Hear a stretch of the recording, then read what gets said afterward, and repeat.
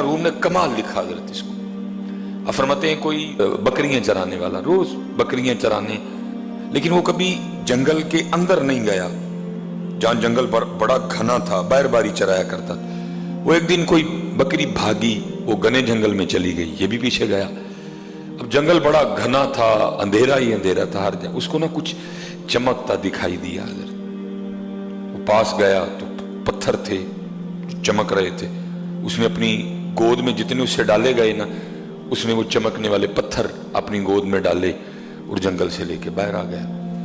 اب وہ دیکھے کہ یہ ہے کیا، تو اس نے سمجھا چمکنے والے پتھر ہیں. جاہل تھا، عالم نہیں تھا، کسی عالم کے پاس بیٹھنے والا بھی نہیں تھا. اس لیے تو کہا گیا ہے کہ اپنی صحبتیں اچھی رکھو تاکہ تمہیں پتہ چلے.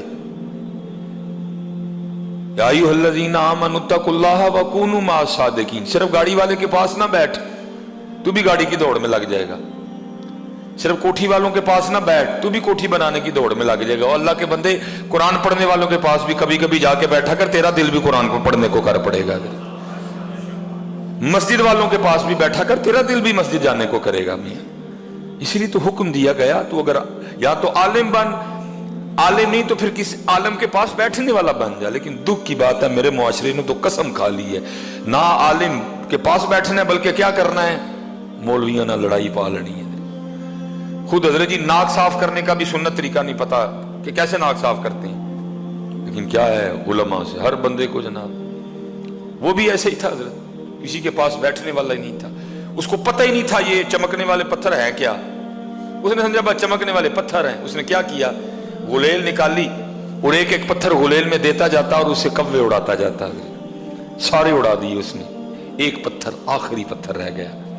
اس نے وہ غلیل میں ڈال کے نا چھوڑنا چاہا تو پاس سے ایک جوہر شناس، جسے میں آج کی اردو زبان میں زرگر کہوں گا، اور اگر پنجابی میں لاؤں تو پھر میں اس کو سنیارہ کہوں گا.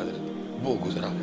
اس نے جب دیکھا نا کہ اس نے غلیل پہ دنیا کا سب سے قیمتی پتھر لال چڑھا رکھا ہے اور بس چھوڑنے والا ہے، وہ بھاگا اور جا کے نا اس نے اس کی کلائی پکڑ لی اور اس کو ڈانٹا. اس نے کہا بے وقوف اور نادان آدمی، یہ تو کیا کر رہا ہے؟ اس نے کہا کوے اڑا رہا ہوں. اس نے کہا کوے تو اڑا رہا ہے، تجھے پتہ تو کس سے کوا اڑا رہا ہے؟ اس نے کہا چمکنے والا پتھر. اس نے کہا بے وقوف جاہل آدمی، یہ چمکنے والا پتھر نہیں، یہ دنیا کا سب سے قیمتی ہیرا لال ہے. اس وقت تو شاید تیرے شہر میں کوئی بندہ ہی نہ ہو جو اس کی قیمت دے سکے، اتنا قیمتی ہے. کیا تو دندہ نہیں کر رہا ہے، کیا تو بے وقوفی کرنے جا رہا تھا؟ اس نے پکڑ کے نا اپنا سر رونا شروع کر دیا. وہ جو جوہر شناس تھا نا، جو زرگر سنیارہ جو بھی آپ اس کو بولیں، اس نے کہا بھائی رو کیوں رہا ہے؟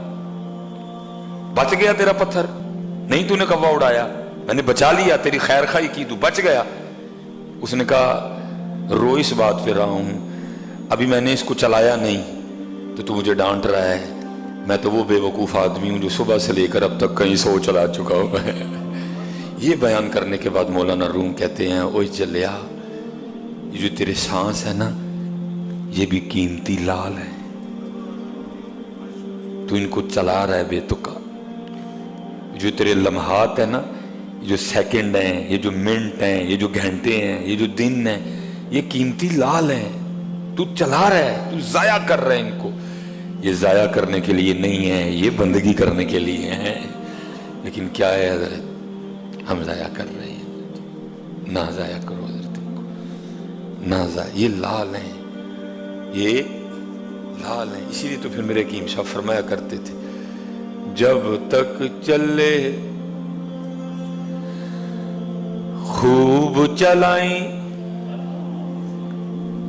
سائے اپنے دی یاری. چلا میاں کیوں نہیں چلاندہ ہے؟ جب تک چلے خوب چلائیں سائے اپنے دی یاری. تلا سٹ پھا جنجالاں والے، تلا اللہ نال یاری ہے. اے قیمتی لال نہیں میاں، اے قیمتی لال نہیں،